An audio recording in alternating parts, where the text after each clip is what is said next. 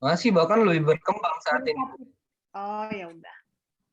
Cuman ini yang kita masih masuk dalam materi masih yang materi-materi lama. Oke. Materi yang baru masih dalam sosialisasi internal BEI, jadi belum keluar. Pasar sekundernya yang indeks efek itu tinggi ya, besar, Iya, cukup tinggi, Bu. cukup tinggi ya. Alhamdulillah. Bu Erni, kita sekarang udah 90-an pesertanya. Apakah kita mau mulai sekarang atau nunggu? Karena pesertanya kan totalnya 2 kali lipat dari ini. 200. Iya, makanya 2 kali lipat dari 90. Kenapa baru mau kita buka atau nunggu? Ini Bu Erni foto tahun kapan sih nih? Lehernya masih panjang. Jangan gitu sih Bu, ini biar agak-agak menghibur. Aku tahu nggak berat badan saya yang waktu 57, bajunya kan masih saya simpen. Dengan cita-cita saya akan balik ke situ. Sampai sekarang nggak balik-balik. Kalau ingat masa lalu, yang penting pernah kurus lah Bu. Jadi bajunya masih saya simpen rapi ketika saya beratnya 57. Aduh, Sebagai amazing. bukti ya, Bu. Pokoknya mau membuktikan kepada orang lain nih loh, saya dulu pernah segini gitu. Iya. Oke, kita udah susah-susah ngegemukin, masa suruh ngurusin lagi ya, Bu. Karena kayak Bu Fiska loh, stabil. Enggak, Bu, ini sebenarnya udah naik, Bu. Saya itu kemarin habis isoman ya, saya naik 5 kilo. Walah. Karena di rumah kerjanya makan, isoman nggak ngapa-ngapain, makan doang. Iya. Sama tidur. Tapi cepat ya, tidur. Ya, Bu Fiska. Kenapa, Bu? Cepat pulihnya ya. Turunnya Orang dia ringan kok gejalanya. saya nggak ada gejala kemarin, jadi cuma isoman aja Bu. Jadi itu tadi makan aja kerjanya, makan, tidur, makan, tidur. Jadi naik timbangannya dalam seminggu. Ya? Lebih lah, seminggu lebih. Gejalanya cuma lapar sama ngantuk aja ya, Bu.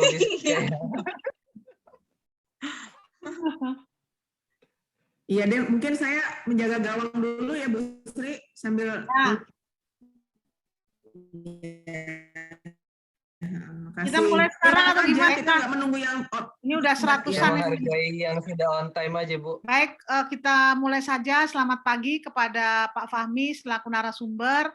Selamat pagi Bu Erni, selamat pagi Bu Fiska selaku supervisor dalam kegiatan ini yang telah hadir. Semoga kita semua dalam keadaan sehat.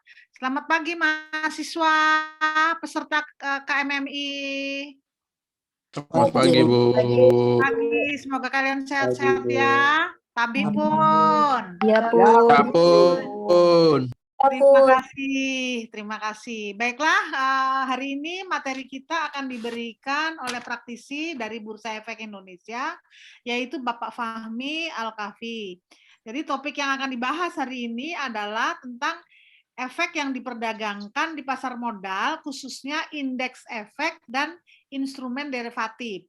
Kalau kemarin kita membahas tentang efek yang diperdagangkan khususnya untuk saham dan obligasi serta reksadana atau instrumen yang umum ya di pasar modal, hari ini kita akan membahas instrumen yang sifatnya khusus, yaitu tentang indeks efek dan derivatifnya.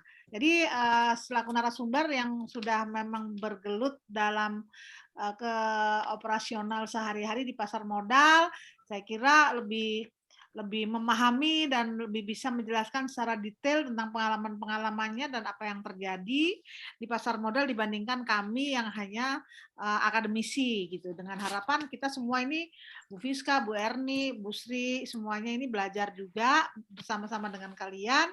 Mudah-mudahan apa yang kita yang akan kita dapatkan hari ini bermanfaat buat kita. Dan buat perpanjang waktu, kita persingkatkan saja waktunya. Saya serahkan langsung kepada Pak Fahmi sebagai narasumber untuk memberikan tentang bagaimana tentang efek-efek yang diperdagangkan khususnya indeks efek dan derivatif. Waktu dan tempat saya berikan kepada Pak Fahmi. Silakan Pak Fahmi, selamat pagi.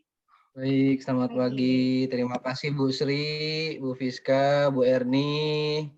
Assalamualaikum warahmatullahi wabarakatuh. Waalaikumsalam Waalaikumsalam warahmatullahi warahmatullahi wabarakatuh. Ayo tunjukkan pesonamu, hidupkan kameranya, teman-teman sekalian. Tunjukkan Pastikan pesonamu. bahwa Ayo. Ini pastikan biasanya bahwa di kelas saya lain ini sembunyi nih. saya Buka tidak semua ngobrol dengan kameranya. CCTV. Ayo. Ayo, come on, come on, come on. Come on. Ya. Hairunisa, Centia, Cindy Veronica. Mana pesonamu? Tunjukkan. Debbie, Berliana, Devi Puspita. Halo, masih ditutup semua ini. Ayo, nggak akan mulai.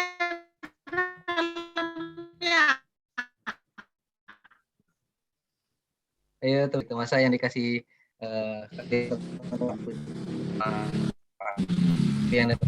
Halo, semua peserta tolong buka kameranya. Adila Sabrina, Yuni Rohalisa, Yuda, Tania Amalia. Masa saya mesti ngabsenin Di absen 100? sama Bu Sri. Hai, ini gua absenin semua nih. Yuda mana nih Yuda?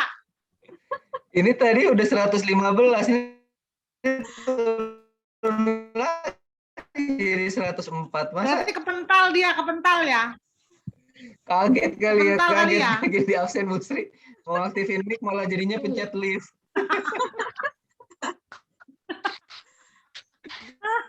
Ya teman-teman sekalian, minimal kalau belum pada cuci muka, Rahmayanti, ayo, come on. nongol gitu. Astri Damayanti, ayo. Vidya Sarah.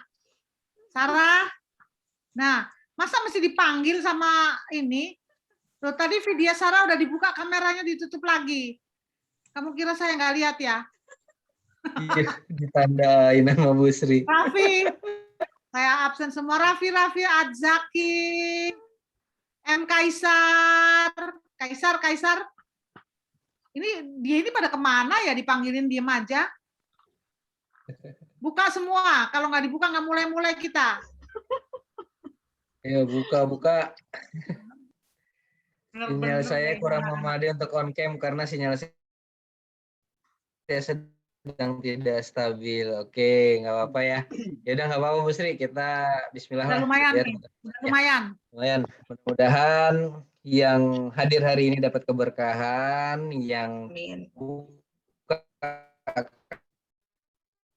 kamera keberkahannya lebih luas gitu sekalian ya. Ya bukan lagi basa-basi tapi benar-benar sehat nggak? Sehat gitu ya.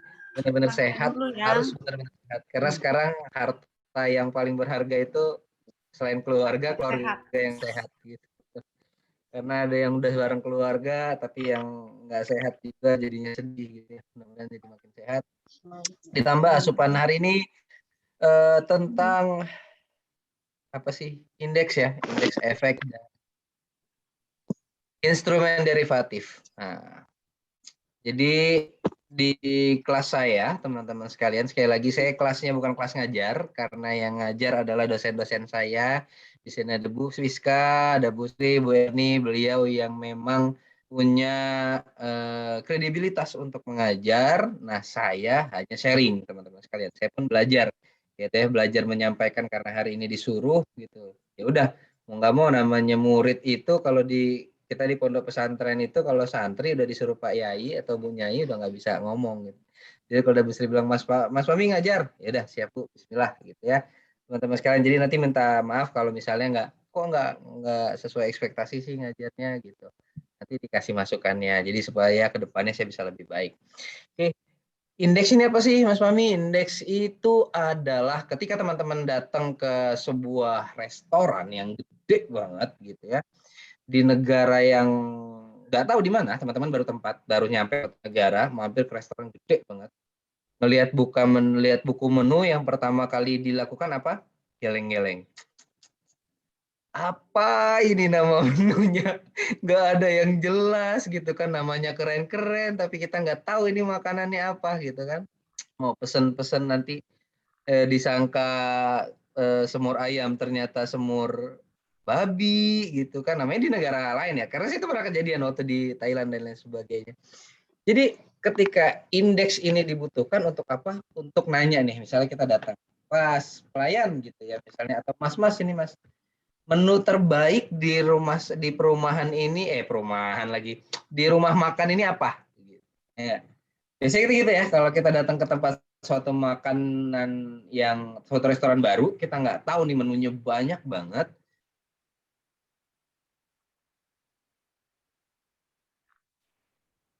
Yang paling spesial apa di sini? Nah, dikasihlah indeks-indeksnya sama dia. Ini kalau mau nasi goreng, ada nasi goreng sapi, nasi goreng pete, nasi goreng ini. Ini kalau ada yang mau mie, ada ini dan lain sebagainya. Nah, itulah indeks teman-teman sekalian. Gitu ya. Jadi indeks ini sangat dibutuhkan oleh masyarakat untuk mengetahui dia mau masuk ke sektor mana. Jadi indeks ini juga kayak gantungan-gantungan judul buku di Gramedia. Kira-kira kalau teman-teman masuk ke Gramedia, kalau nggak ada di atasnya tulisan buku-buku itu, nyasar nggak sih? Susah nggak sih? Susah ya. Masa harus ngecek semua orang? Kan nggak mungkin. Pasti ketika kita datang nyari buku ekonomi, kita cari di atasnya. Oh, itu ekonomi sebelah sana. Agama sebelah sana. Psikologi sebelah sana. Gitu. Nah, itu indeks. Gitu ya. Jadi simpelnya adalah kita hari ini mau nyari jalan pintas. Jalan pintas paling cepat untuk bisa nemuin apa yang kita cari di pasar modal Indonesia. Pasar modal itu ada 730 perusahaan. 730 perusahaan kan nggak mungkin kita mau beli semuanya. Setajir-tajirnya orang gitu ya. Orang-orang kaya di Indonesia aja itu nggak lebih punyanya dari 5 atau 10. Kenapa? Karena memang fokusnya akan jauh terbagi kalau sampai banyak seperti itu. Sekali lagi teman-teman sekalian, beli saham itu kan kayak nyari pasangan hidup ya. Kayak nyari pasangan hidup, harus dilihat bibit bebet bobotnya, kita cek dulu benar nggak ini seperti ini namanya gitu ya. Oke. Nah, ya. Oke. Kita cek dulu nih, benar nggak ini yang kita cari benar-benar orangnya gitu, yang sesuai dengan tipe kita atau enggak, gitu teman-teman sekalian. Oke, nah kita akan mulai masuk ke materi. Perkenalkan buat teman-teman yang baru ketemu hari ini sama saya Fahmi Al-Kafi selaku eksekutif trainer di Bursa Efek Indonesia Kantor Perwakilan Lampung yang sudah sangat sering ke Unila, gitu ya, sangat sering ke Unila terutama semenjak saya dari SMA dulu. Bahkan saya perpisahan dulu di Unila gitu teman-teman sekalian. Tapi sayangnya ketika tes saya nggak diterima sama Unila. Akhirnya ya udah saya kuliah di tempat lain. Tapi alhamdulillah hari ini bisa kembali lagi ke Unila untuk sharing ke teman-teman sekalian ya. Jadi aslinya orang Lampung, Pak Fahmi. Ya asli Lampung. Lampung. Ya sukunya aja suku Lampung Bu. Cuman nggak ada yang percaya saya orang Lampung. Comeback luot ya, comeback luot. Ya, oke teman-teman sekalian. Kita masuk ke definisi. Mohon maaf banget, kenapa kok Mas Fahmi bukannya seorang trainer yang baik itu lebih banyak memberikan ilustrasi-ilustrasi dibanding textbook? Ya, betul sekali. Biasanya kalau sekolah pasar modal, kita kebanyakannya ilustrasi. Cuman kalau misalnya ini course, teman-teman sekalian, memang full materi isinya. Jadi mohon maaf kalau tampil nanti banyak tulisan, gitu ya. Mohon maaf banget, kenapa? Karena memang harus berupa tulisan nantinya ketika teman-teman akan mengerjakan sertifikasi, gitu ya. Sekali lagi ini jangan dijadikan acuan, ini hanya jadi referensi teman-teman sekalian. Maksudnya jangan mengacu, oke, ini udah pasti semuanya akan keluar nanti pada saat sertifikasi. Oh enggak juga. Ini adalah referensi-referensi lama saya. Gitu. Emang Mas Fahmi ngajarin ini pernah ikut sertifikasi? Oh saya pernah, saya tersertifikasi teman-teman sekalian. Saya tersertifikasi WPPE waktu pada saat saya masih kuliah. Dan pada saat itu juga saya sudah bekerja di perusahaan sekuritas. Jadi saya sudah bekerja ketika saya masih kuliah. Emang bisa? Bisa. Teman-teman mau lakuin? Monggo, silahkan. Setelah dapat course ini, teman-teman saya ngerasa pas pertama kali tahu gitu ya, pas pembukaan KMMI, ini anak-anak Unila enak banget sih dapatnya gitu. Udah dapat course gratis, bahkan orang dikasih uang saku gitu ya. Habis itu terakhirnya bisa ikut sertifikasi gitu. Dulu susah, saya dari Jogja mau ikut sertifikasi harus ke Solo dulu waktu itu. Universitas Slamet Riyadi gitu ya, harus datang ke Solo untuk ambil sertifikasi, ongkos sendiri dan lain sebagainya. Teman-teman tinggal di rumah ikut sertifikasi. Jadi kalau bisa lolos ya udah bisa kerja di industri pasar modal gitu ya. Karena di industri pasar modal yang ditanya pertama bukan ijazahnya, tapi yang ditanya pertama adalah sertifikasinya. Mudah-mudahan ini menambah wawasan ya buat teman-teman semua. Sekali lagi ini hanya sharing. Nanti kalau ada yang pertanyaan monggo, tapi supaya nggak mengganggu jalannya acara, di chat aja dulu. Ketika nanti ada yang muncul pertanyaan, monggo di chat dulu. Nanti di sesi terakhir pertanyaan kita akan jawab. Karena ini kelasnya kelas besar ya, 5 kelas jadi 1 teman-teman sekalian. Oke, definisi indeks efek. Yang pertama adalah pengukuran atas nilai dari sebagian dari pasar. Ini kalau menurut Wikipedia. Kalau menurut Investopedia, pengukuran secara statistik atas perubahan nilai dari suatu ekonomi maupun pasar. Jadi kalau dalam konteks teman-teman sekalian, pasar modal ini adalah indeks efek adalah portofolio teoritis atau imajiner yang berisi sejumlah efek yang dikumpulkan atas kriteria tertentu. Ya, tadi sesuai ya dengan ilustrasi saya. Jadi ini adalah kumpulan yang disesuaikan dengan kriterianya masing-masing. Nah, indeks komposit itu adalah indeks yang mengukur pasar secara keseluruhan. Apa aja sih? Yang pertama fungsinya. Fungsi indeks itu untuk tolak ukur atau benchmark. Yang pertama acuan dari kinerja portofolio. Jadi portofolio ini adalah dompet kita kalau di pasar modal. Jadi ketika kita lihat portofolio kita, oh ternyata didominasi oleh sektor-sektor perbankan atau asetnya terdominasi oleh sektor-sektor konstruksi atau mungkin dari consumer gitu ya, supaya kita bisa melihat hari ini lebih baiknya masuk ke saham yang mana, masuk ke sektor yang mana. Yang kedua, indeks komposit dapat menjadi acuan atas kinerja ekonomi secara umum. Makanya IHSG itu bisa kita jadi patokan. Kalau IHSG-nya hijau hari ini, gitu ya, berarti pasar lagi hijau royo-royo. Maksudnya orang lagi banyak yang beli nih. Kalau lagi banyak yang beli, berarti pasar lagi kondisinya bagus. Ya nggak sih? Gitu ya. Tapi kalau misalnya pasarnya merah darah, gitu, warna merah semua, oh berarti pasar lagi kurang baik, lagi banyak aksi jual. Gitu. Kalau lagi banyak aksi jual, lebih baik kalau kita udah deh nggak usah masuk dulu ke pasar, gitu, karena pasar lagi panas, gitu aja. Ya, itulah istilahnya. Nah, untuk pengembangan produk derivatif itu kita punya kontrak berjangka sama opsi untuk produk investasi ETF dan reksadana. ETF dan reksadana kita sudah bahas gitu ya. Kita nanti masuk ke jenis-jenis indeks di Indonesia ada apa aja? Yang pertama indeks komposit itu IHSG, indeks harga saham gabungan. Ini adalah indeks yang menggambarkan seluruh kondisi saham-saham yang ada di pasar modal. Menggambarkan ya. Jadi sampel. Misal tadi, oh hari ini IHSG turun. Nah, kalau IHSG turun hari ini berarti teorinya adalah IHSG sedang bearish. Bearish itu asal katanya bear, teman-teman sekalian. Bear itu berarti beruang.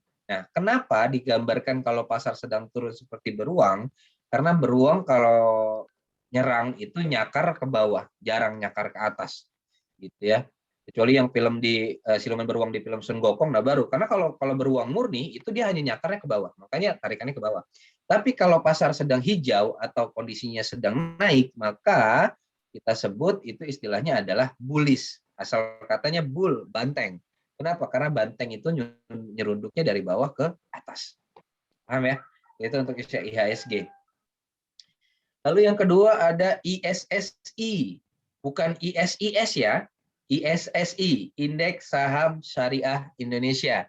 Nah, Indeks Saham Syariah ini adalah indeks yang menggambarkan seluruh saham-saham syariah yang ada di pasar modal. Gitu ya. Jadi nanti dari 730 ternyata ada 640 saham yang masuk dalam kategori saham syariah Indonesia. Oke, berarti lolos screening saham syariah. Lalu ada indeks papan utama dan 4 indeks papan pengembangan. Untuk yang terbaru, yang terupdate ada lagi indeks papan akselerasi. ya. Papan akselerasi ini buat perusahaan-perusahaan yang startup, unicorn dan yang sebagainya yang baru masuk ke bursa. Pokoknya aset-asetnya masih kecil deh, gitu ya. Lalu setelah indeks komposit itu ada indeks sektoral. Nah, ini indeks sektoral yang kita biasanya nanti mau cek dulu nih, hari ini yang cocok untuk pasar apa. Apakah ada agrikultur, ada pertambangan, ada industri dasar, aneka industri, barang konsumsi, properti, infrastruktur, keuangan, perdagangan dan jasa, dan manufaktur. Ya, jadi kita bisa lihat sektornya apa. Kenapa Mas Mami kok kita harus lihat ke sektor? Karena ini berpengaruh terhadap kondisi ekonomi di lapangan teman-teman sekalian. Contoh gini, kalau teman-teman punya, ini juga yang sering kita sebut dengan istilah don't put all egg in one basket. Jangan taruh semua telur dalam satu keranjang. Maksudnya gimana? Gini, kalau punya teman-teman punya uang, jangan beli satu saham aja, tapi beli beberapa saham dari beberapa sektor. Emang ngaruh? Ngaruh. Itu ngaruh kepada manajemen resiko, teman-teman sekalian. Gitu ya. Contoh, misalnya satu aset saya itu ada di keuangan, ada di perbankan. Yang kedua, aset saya ada di properti, ya. Nah, ngaruhnya apa? Ngaruhnya gini. Ketika hari ini ada info bahwasannya Bank Indonesia menaikkan suku bunga. Berarti kalau bunga di bank tinggi, orang akan simpan. Ya enggak? Karena bunganya tinggi dong. Dia nyimpan uang akhirnya. Karena uang disimpan, maka belanja masyarakat menurun. Otomatis saham perbankan akan naik, saham properti akan turun biasanya. Nah, begitupun sebaliknya ketika misalnya BI rate diturunkan, suku acuan bunga diturunkan karena bunga rendah, orang pada ngutang dong ke bank. Kalau orang pada ngutang berarti uang di masyarakat beredar cukup banyak. Biasanya perbankan turun, properti naik. Nah, ini teman-teman sekalian supaya misalnya kita bisa subsidi silang. Kalau dari pertambangan hari ini lagi turun, kita rugi, maka nanti supaya mudah-mudahan dapat ditutup nih kerugiannya dari saham-saham perdagangan dan jasa atau infrastruktur. Ya. Selanjutnya ada indeks tematik. Nah, indeks tematik ini jauh lebih kecil lagi, jauh lebih kerucut lagi. Kalau tadi industri dasar, aneka industri, barang konsumsi masih cukup lebar ya teman-teman sekalian. Nah, indeks tematik ini yang pertama Jakarta Islamic Index. Kalau ISI itu masih 140 lagi, jadi cuma 30. Jadi dari seluruh saham ISSI disaring jadi 60 disaring jadi 30. Jadi ini 30 saham terbaik dengan kapitalisasi pasar terbesar dan sesuai dengan syariah. Ya. Nah, JII yang terbaru ada lagi indeks namanya JII 70, belum masuk ke sini Bapak. Gitu ya. Terus ada LQ45. Nah, LQ45 ini saham-saham blue chip biasa disebut. Nah, ya. Saham-saham unggulan, 45 saham unggulan yang liquid di pasar modal. Lalu ada IDX 30, ada Kompas 100, BIS 27, Pevindo 25, Setrika Hati, Infobank 15, SM Infra 18, MNC 36, dan Investor 33. Nah, penetapan tema yang pertama itu cakupan segmen pasar modal yang diukur indeks pertama adalah sahamnya liquid. Maksudnya KLQ 45. Saham kapitalisasi pasar tertentu IDX 30. Saham syariah ada Jakarta Islamic Index. Saham berwawasan sosial dan lingkungan ada Setrika Hati. Corporate governance, sektor tertentu, saham pembayar dividen ada IDX High Dividend 30. Saham dari negara berkembang dan region tertentu. Itu ada tema-temanya. Nah, kriterianya yang pertama ada kualitatif kuantitatif, relatif absolut, objektif subjektif, fundamental, dan teknikal. Contohnya gimana? Contoh kalau kita lihat dari sisi objektif, pemilihan berdasarkan kriteria. Kalau subjektif, lebih ke pemilihan berdasarkan penilaian komite indeks. Kualitatif lebih ke penerapan GCG-nya. Terus kuantitatif, kapitalisasi pasar. Fundamental lebih ke arah pertumbuhan laba perusahaan dan kapitalisasi pasar. Teknikal ke arah likuiditas transaksi. Absolut ke arah kapitalisasi pasar, market cap di atas 10 triliun. Dan relatif ini adalah 10 saham berkapitalisasi pasar tertinggi atau sesuai ranking top 10 biasanya kita bilang. Nah, indeksnya juga di maintenance teman-teman sekalian. Pertama, untuk mengikuti dinamika pasar dilakukan review atau atas indeks secara berkala. Biasanya dilakukan secara periodik, baik tahunan, 6 bulanan maupun 3 bulanan. Dan hasil direview adalah perubahan efek konstituen dan perubahan bobot efek konstituen. Terdapat jeda antara pengumuman dan implementasi review untuk memberi kesempatan pada pelaku pasar untuk menyesuaikan portofolionya. Nih, indeks maintenance-nya. Contoh, LQ45 sama Kompas 100 itu direviewnya Januari sama Juli. Yang review siapa? IDX, karena ini indeksnya yang dibuat yang IDX. Ini Pevindo, pemeringkat efek, yang di reviewnya bulan Januari dan Juli. Siapa yang review? Pevindo. Bisnis 27 di review bulan April dan bulan Oktober, yang review siapa? Bisnis Indonesia Media, ya. Pernah yang lihat media koran atau TV Bisnis Indonesia? Terus SM Infra 18 yang review di review April dan Oktober. Sri Kahati April dan Oktober yang review Yayasan Kahati ya untuk lingkungan sosial dan lingkungan. MNC 36 yang review adalah MNC. ISSI di review Mei dan November yang review OJK. JII yang review adalah IDX. Investor yang review majalah Investor. Infobank yang review majalah Infobank atau IDX. Ya. Jadi di maintenance 6 bulan sekali, bulannya beda-beda. Untuk informasi recast indeks di bursa, yang pertama IHSG. Ini lahir 1 April 1983. Nih, yang masih ngomong pasar modal bukannya sesuatu hal yang baru, kata siapa? Gitu teman-teman. Saya baru lahir itu Bu Sri sudah jadi pegawai pasar modal di Jakarta. Teman-teman sekalian, kalau kemarin kita sering cerita-cerita sama Bu Sri gitu ya. Jadi 1983 ini sudah ada nih. Tanggal dasarnya 1982. Jadi 1 tahun sebelum indeks dikeluarkan sudah ada. Diaktifkannya 1977 ya oleh Presiden Soeharto. Papan utama dan papan pengembangan 8 April 2001 seluruh saham berdasarkan papan pencatatan. ISSI lahir 12 Mei 2011. Nih. 20 sesuai dengan fatwa ya, lahir fatwa nomor 80 tahun 2011 DSN MUI seluruh saham syariah. Sektoral dan manufaktur 2 Januari 1996 seluruh saham dalam sektor tertentu. LQ45 97, IDX 30 nih ya. Ini data-datanya semua saham-saham yang indeks-indeks yang lahir.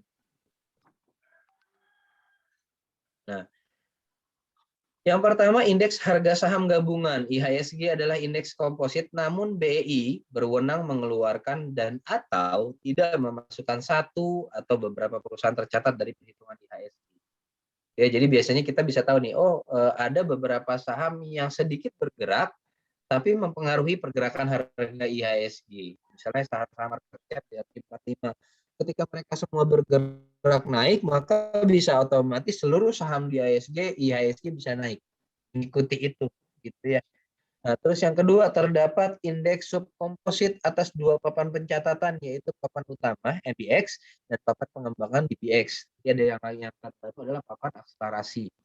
Terus yang ketiga, indeks saham syariah Indonesia adalah indeks komposit berbasis syariah, dibentuk dari daftar efek syariah yang dikeluarkan oleh OJK dan DSN MUI. Jadi yang ngeluarin daftar efek syariah bukan Bursa Efek ya, tapi DSN MUI dan OJK. Terdapat 9 indeks sektoral, yaitu pertanian, pertambangan, industri dasar, aneka industri, barang konsumsi, properti, infrastruktur, keuangan, dan perdagangan dan jasa. Indeks manufaktur adalah gabungan dari industri dasar, aneka industri. Lalu ada kriteria indeks 45 nih. Kita misalnya mau nanya, Mas Fahmi, ini indeks LQ45 isinya apa aja sih? Isinya yang pertama, perusahaan yang telah tercatat di BI minimal 3 bulan. Karena waktu itu pernah ada saham baru IPO, lalu ditanya, Mas Fahmi kok nggak ada di LQ45? 3 bulan. Setelah 3 bulan di review, kalau dia masuk, nggak ada masalah, dia bisa masuk ke daftar LQ45. Lalu aktivitas transaksi di pasar reguler yaitu nilai, volume, dan frekuensi transaksi. Terus jumlah hari perdagangan di pasar reguler, kapitalisasi pasar pada periode waktu tertentu, selain mempertimbangkan kriteria likuiditas dan kapitalisasi pasar tersebut di atas, akan dilihat juga keadaan keuangan dan prospek pertumbuhan perusahaan tersebut. Lalu kriteria indeks JII, Jakarta Islamic Index. Yang pertama, memilih 60 saham dari daftar efek syariah yang berkapitalisasi pasar terbesar selama 1 tahun terakhir. Lalu dari 60 tersebut dipilihlah 30 saham berdasarkan tingkat likuiditas yaitu nilai transaksi di pasar reguler selama 1 tahun terakhir.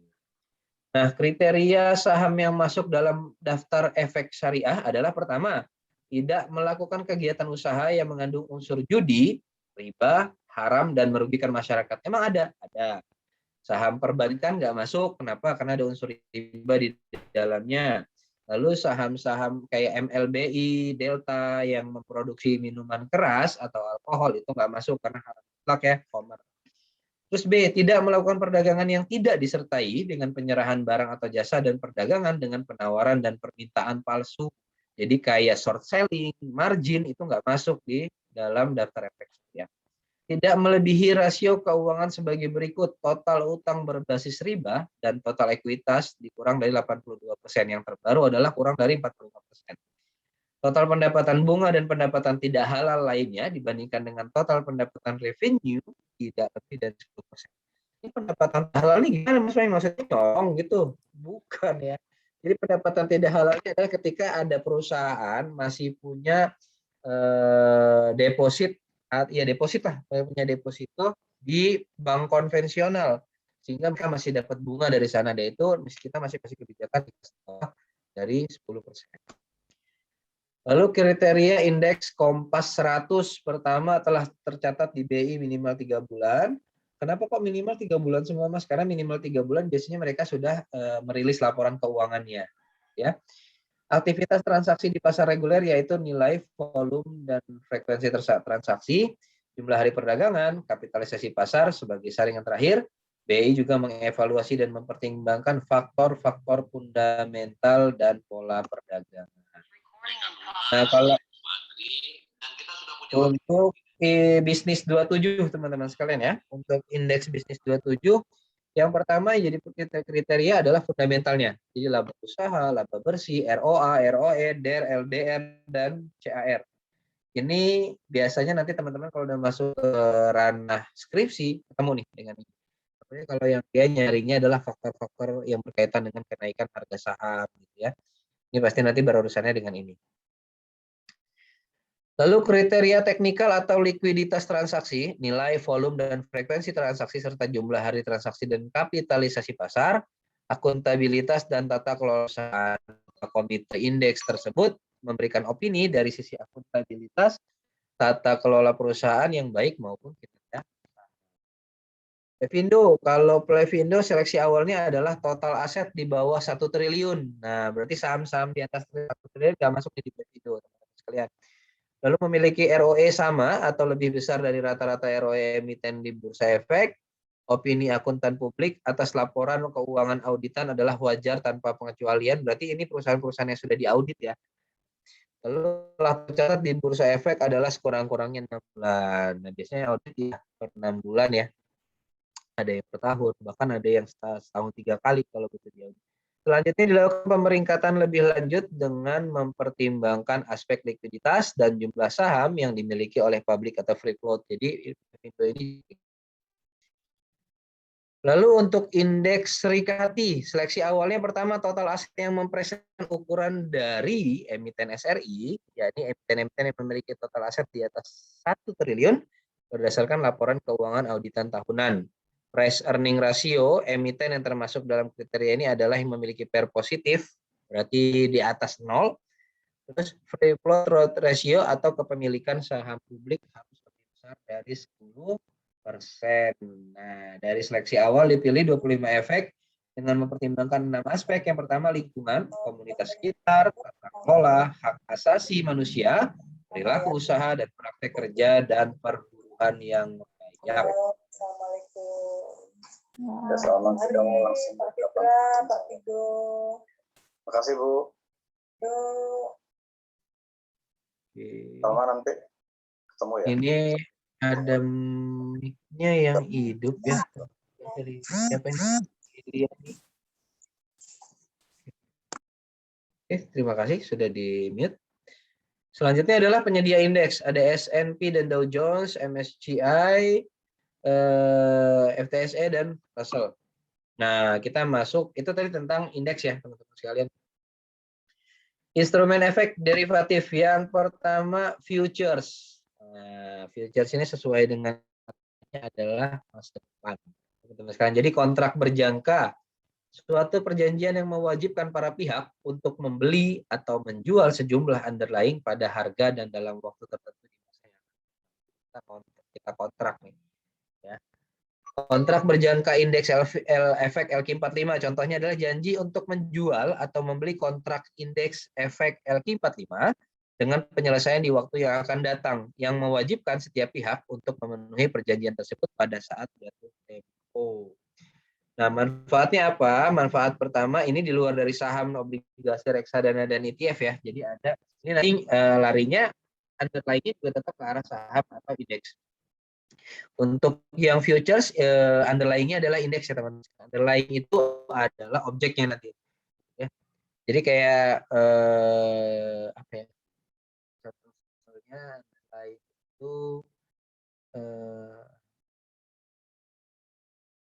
teman-teman ekonomi itu ada jurusan akuntansi, manajemen gitu ya. Terus apalagi ilmu ekonomi, tapi underlying-nya adalah fakultas ekonomi, tetap di bawah naungan dari fakultas ekonomi. Nah, itu maksudnya gitu ya. Jadi indeks ini muncul untuk meng-up indeks yang pusatnya, indeks yang atasnya. Sarana lindung nilai atau hedging. Yang pertama, kerugian investasi pada saham yang menyerupai indeks portofolio atau ETF-nya dapat dikompensasi dengan keuntungan pada kontrak. Lalu potensi untung pada saat bearish maupun bullish. Nah, jadi jika investor memperkirakan harga berpotensi naik, maka investor dapat mengambil posisi buy. Jadi misalnya ya bulan depan atau tahun depan naik deh. Saya mau beli futures yang keluaran Januari 2022 deh, gitu ya. Misalnya setelah kita kaji. Tapi sekali lagi bukan pakai teori cenayang ya, teman-teman sekalian. Nggak ada teori yang ini oke, ini bagus enggak gitu. Tapi semuanya harus berdasarkan analisa, informasi, dan perhitungan yang jelas. Lalu ada leveraging dengan modal terbatas mampu menghasilkan potensi keuntungan yang sama bahkan lebih besar daripada investasi pada saham. Misalnya leveragingnya kita pengen kayak lebih ke mirip dengan averaging gitu ya. Jadi pasang beberapa titik untuk nanti ngambil rata-ratanya bahwasannya kita jauh lebih untung dibanding modal yang pertama kali kita keluarkan. Untuk kodenya nggak kayak di saham ya. Kalau saham misalnya Telkom itu TLKM, Astra, ASII gitu. Tapi kalau kode indeks futures, kode underlying effect, plus kode bulan, plus kode tahun angka terakhir. Contoh LQ45F6. LQ45 adalah kode kontrak dari indeks LQ45-nya. F ini kode bulan jatuh tempo. Kalau dilihat dari kodenya F berarti Januari. 6 ini tahun transaksi pada tahun 2016. Ya, kodenya. Yang kedua adalah opsi atau option. Nah, opsi saham ini adalah hak yang dimiliki oleh pihak untuk membeli atau disebut dengan call option atau untuk menjual atau disebut dengan istilah put option kepada pihak lain atas sejumlah saham. Nah, underlying-nya saham nih berarti ya. Kalau tadi underlying-nya indeks. Pada harga pelaksanaan strike price dan dalam waktu tertentu. Jadi ini kayak inden. Beli barang, barangnya belum ada tapi kita udah bisa nentuin harganya gitu. Misalnya dilihat ini kalau keluar nih Xiaomi nanti di Indonesia gitu ya, harganya sekitar 6 jutaan. Oke, karena saya mikir ini kayaknya Xiaomi permintaannya banyak. Tapi kalau keburu launching bisa harganya lebih dari 6 juta. Maka sekarang saya udah ngecek duluan nih. Mau beli deh itu nanti gitu ya. Saya mau beli saham, saya mau beli Xiaomi walaupun harga nanti masih 6 bulan lagi gitu, tapi dengan harga yang 6 juta kontraknya. Memberikan hak bukan kewajiban, terus untuk membeli dan atau menjual sejumlah saham, underlying-nya adalah saham pada harga tertentu dalam waktu tertentu sebelum jatuh tempo. Nah, jenisnya apa? Yang pertama call option.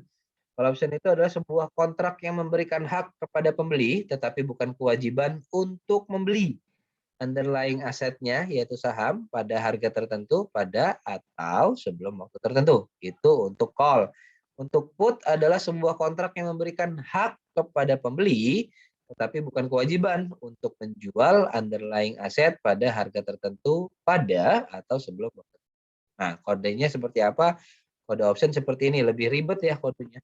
TLKM G5C 2500@125. Opsi tersebut memberi investor pertama hak untuk membeli 10.000 saham Telkom di TLKM ya, dengan harga 2.500 sampai kapan saja sebelum jatuh tempo pada bulan Februari 2015. Nah, untuk opsi tersebut investor dilakukan pembayaran premi sebesar 125 per saham. Jadi kita ngelok harga gitu ya. Kita ngelok harga, oke saya pengen beli atau jual saham Telkom di harga 2.500, tapi pokoknya sebelum jatuh tempo di Februari 2015. Nih, G ini bulan ya, Februari. Oke, nah, baik itu teman-teman sekalian, materi ini nggak panjang-panjang, yang penting padat dan sesuai dengan kebutuhan judul hari ini, yaitu indeks dan efek derivatif. Mungkin kita akan lebih banyak ngobrol di sesi tanya jawab. Sekian yang bisa saya sampaikan, kurang lebihnya mohon maaf. Bila taufiq wal hidayah, wassalamualaikum warahmatullahi wabarakatuh. Waktu sepenuhnya saya kembalikan kepada Bu Sri. Silakan Bu Sri. Terima kasih Pak Fahmi atas pencerahannya, atas sharingnya. Oke, kita kuliahnya nggak sampai panjang lebar. Nanti setelah diskusi ini selesai, kita juga sudah berakhir karena memang materinya nggak terlalu panjang ya, nggak banyak. Jadi memang waktunya lebih singkat. Kita masih punya waktu beberapa menit, ini cukup banyak sebenarnya. Sebenarnya jam kita sampai jam 10:40. Jam 10:40 itu sesi kita, makanya masih ada waktu untuk diskusi sekitar 50 menit. Bagi mahasiswa atau peserta yang ingin bertanya tentang kejelasannya, silahkan kami buka sesi tanya jawab. Bisa lewat chat, bisa lewat hand raise hand, bisa. Itu udah ada pertanyaan ya Pak Fahmi di chat, kalau bisa dibaca dari Rido Ramadio dan dari Ahmad Farhan ya. Silakan ya, peserta kayaknya antusias nih untuk bertanya. Ini kelas besar loh, mestinya pertanyaannya cukup aktif.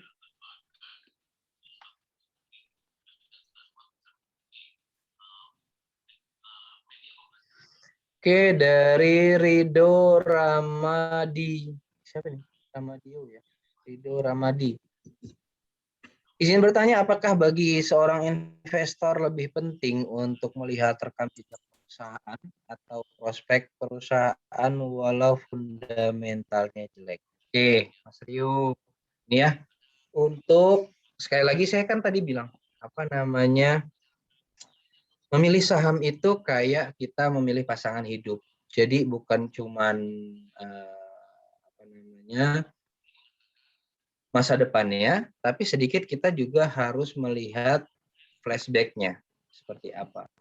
Ngaruhnya nanti kemana? Kalau ngaruh ke flashback adalah rekam jejak di mana perusahaan itu pernah tidak mengalami misalnya collab atau lain sebagainya, atau mungkin pernah diakuisisi dengan manajemen yang kurang baik gitu ya. Lalu kita lihat setelah rekam jejak, makanya biasanya kalau mau menilai suatu perusahaan itu, kalau saya pribadi gitu waktu pas masih jadi investor, saya akan melihat 3 tahun atau 5 tahun ke belakang perusahaannya seperti apa. Apakah dia rajin bagi dividen, terus apakah dia amanah para pemegang-pemegang kepentingan di dalamnya gitu ya. Sehingga kalau misalnya memang kan ada perusahaannya untung tapi tidak membagikan dividen, ada. Itu teman-teman sekalian, alasan mereka adalah untuk pengembangan atau ekspansi perusahaan dan lain sebagainya gitu ya. Jadi kita nggak dapat nih jatah dividennya. Jadi kita bisa lihat, oke, oh ternyata ini perusahaan track record-nya bagus nih, ya rajin bagi dividen, terus juga penjualannya bagus, nah turunnya nggak ada masalah. Jadi fundamental jelek ini kita bisa tahu akan melihat masa lalunya, gitu ya. Karena ngelihat masa lalunya biasanya kalau ke depan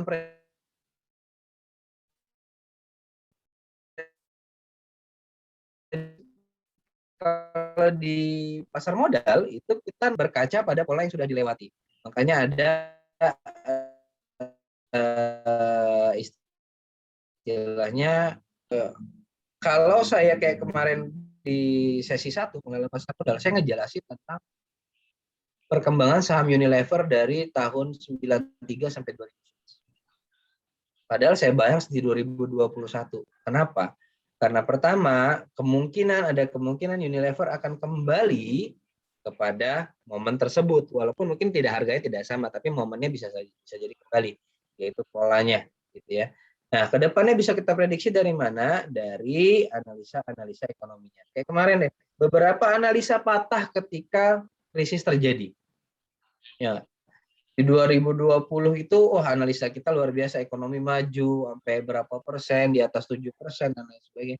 Tapi ternyata ketika tiba-tiba ada, bahkan hamin sebulan, kita masih optimis bahwasannya corona tidak akan masuk ke Indonesia, corona tidak akan betah di Indonesia, akan sulit masuk ke Indonesia karena birokrasinya ribet dan lain sebagainya, gitu kan. Itu candaan-candaan jokes-jokesnya menteri kita loh pada bulan Februari 2020. Tapi ketika Maret 2020 ketika ada pasien 01, 02, 03 di Depok, semua analisa patah.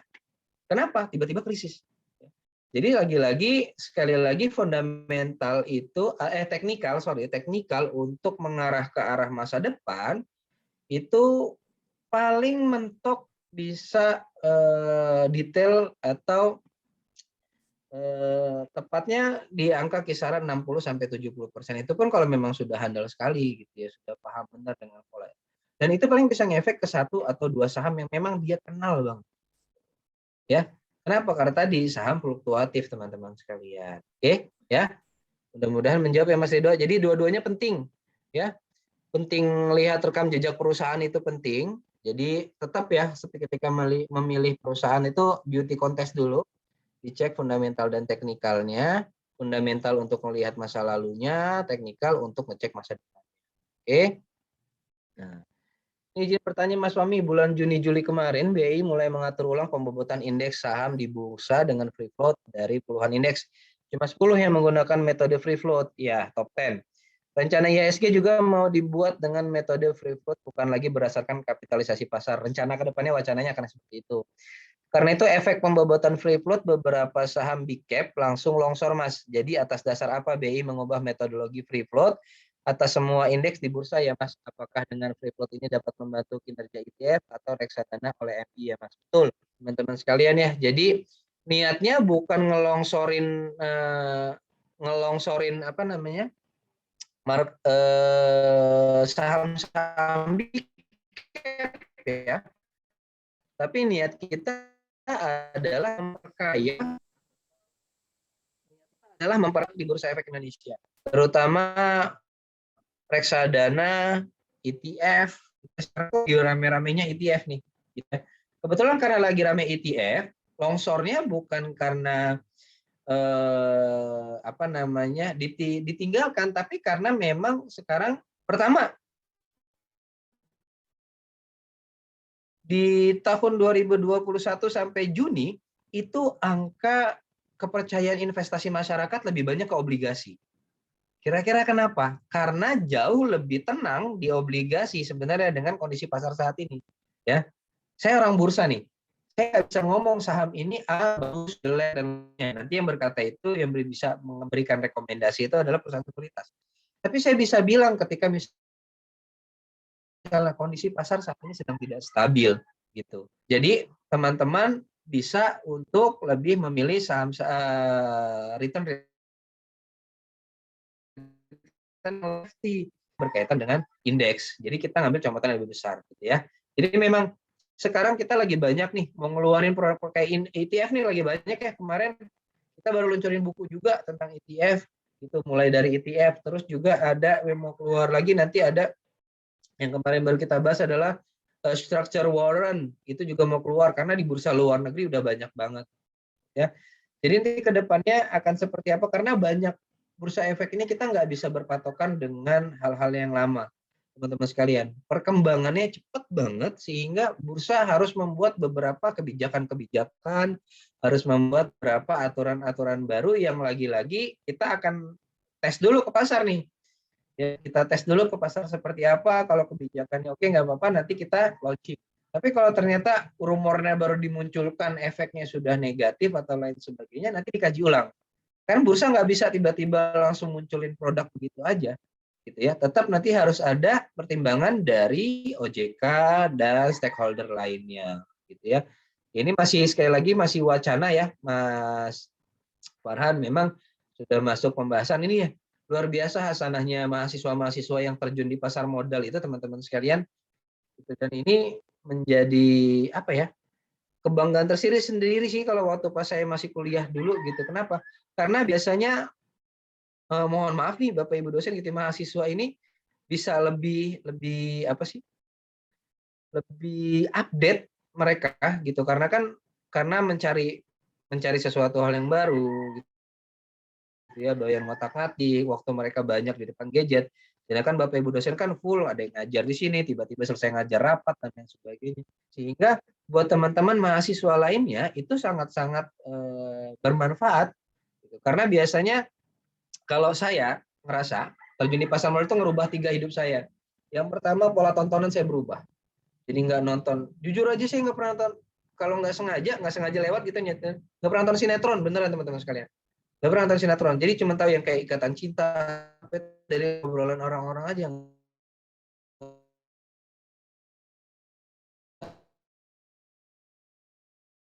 suara ngejerit gitu kan. Tapi ya cuma tahu-tahu sih kok bisa sampai crash kayak Ghana, Taliban bisa ngedudukin Afghanistan, nanti berkaitannya dengan Afghanistan ini kerjasamanya dengan siapa? Amerika Serikat kah? Atau lain sebagainya, ngaruhnya kemana? Ngaruh ke pasar global. Pasar global nanti akan ngaruh ke pasar Asia. Pasar Asia ngaruh ke pasar modal, indeks kita akan ketahuan arahnya kemana. Contoh deh, waktu pas pertama kali Qatar dimusuhin sama negara-negara semenanjung Arab, Qatar nih yang dimusuhin. Indeks saham kita tentang minyak turun. Gitu. Kok ngaruh gitu. Jadi ketika kita sudah di pasar modal, teman-teman sekalian, saya duduk nih di sini, tapi otak saya itu bisa keliling kemana-mana. Gitu. Kenapa? Karena tadi semua berita masuk ke saya. Jadi tontonan berubah, pola bacaan berubah, gitu ya. Pola bacaannya nanti yang biasa lagi baca webtoon atau apa akan lebih milih nyari informasi-informasi terkini tentang pasar modal. Kenapa? Karena kita punya bisnis di situ. Ya, kita punya aset di situ. Oke. Mudah-mudahan menjawab ya. Oh, tadi dulu mana nih Mas Rido? Rido mana sih? Open cap Mas Rido? Hadir. Mana? Ini hitam doang nih. Siap. Wes.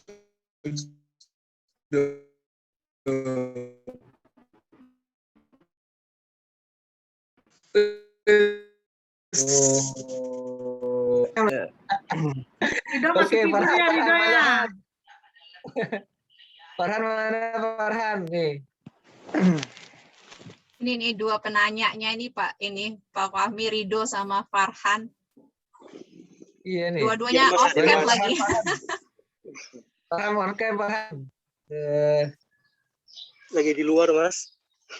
Di luar mulu nih di sisi Farhan nih. Lagi di Ya, luar. luar biasa di luar nih. Rajin bener dia ini di luar ya. Iya, nggak apa-apa sering di luar, tapi yang penting jaga kesehatan, prokesnya sama, tetap fokus sama kuliahnya, nggak apa-apa nih, keren nih, walaupun di luar tapi tetap kritis. Dan saya tahu persis nih, Mas Farhan sering banget tanya. Thank you ya, Mas Farhan. Lanjut nih ke Raffi Latifah Fitri. Assalamualaikum Pak. Waalaikumsalam. Mau bertanya, untuk pemilihan indeks sektor, idealnya berapa sektor dan di masing-masing sektor berapa emiten ya Pak?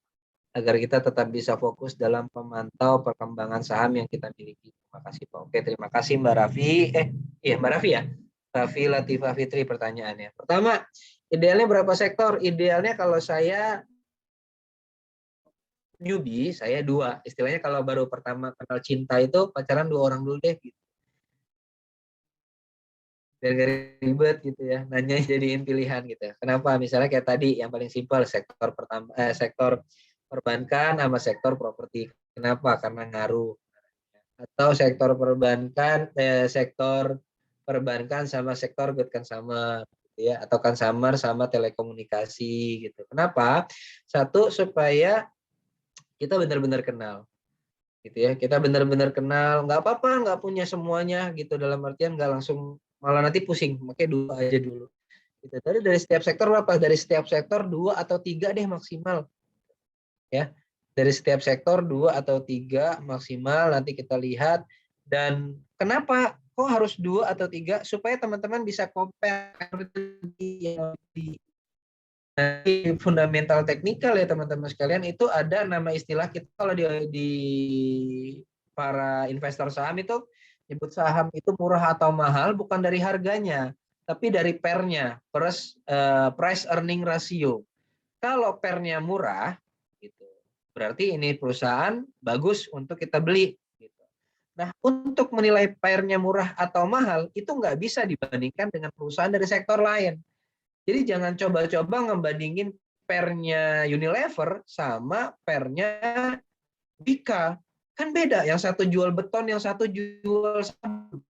Ya kan? Nggak, kalau sabun tiap hari orang pakai, beton. Gitu.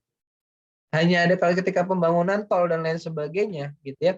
Jadi kalau mau compare pernya Unilever, mungkin pernya sama perusahaan yang sama-sama good consumer gitu ya. Garuda Food, Indofood atau lain sebagainya gitu. Terus kalau mau compare pernya Wika mungkin sama Weton ya. Gitu. Itu bisa apa namanya? Teman-teman compare dengan sektor-sektor yang sama. Jadi kalau idealnya sekali lagi kepada kemampuan kita menganalisa. Kalau teman-teman daya analisanya tinggi, oke nggak apa-apa mengcompare 2, 3, 4 sektor nggak ada masalah. Tapi kalau misalnya masih wah ini masih newbie banget, masih baru banget, 2 aja deh cukup gitu ya. 2 anak cukup. Tapi kalau 2 udah cukup, udah pada gede baru nambah 2 lagi gitu ya. Oke. Mana Raffi Latifah Fitri? On cam, on cam. Oh, udah. Yes. Siap. Baik, terima kasih, Nah, Pak. gini jaga prokesnya ya. Makasih ya Raffi ya pertanyaannya. Ya, Oke. Bang, Pak, terima kasih. Terus yang kedua, yang selanjutnya Diva Restu.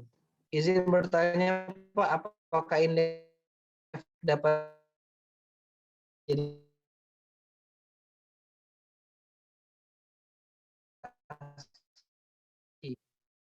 memang itu kegunaannya gitu ya.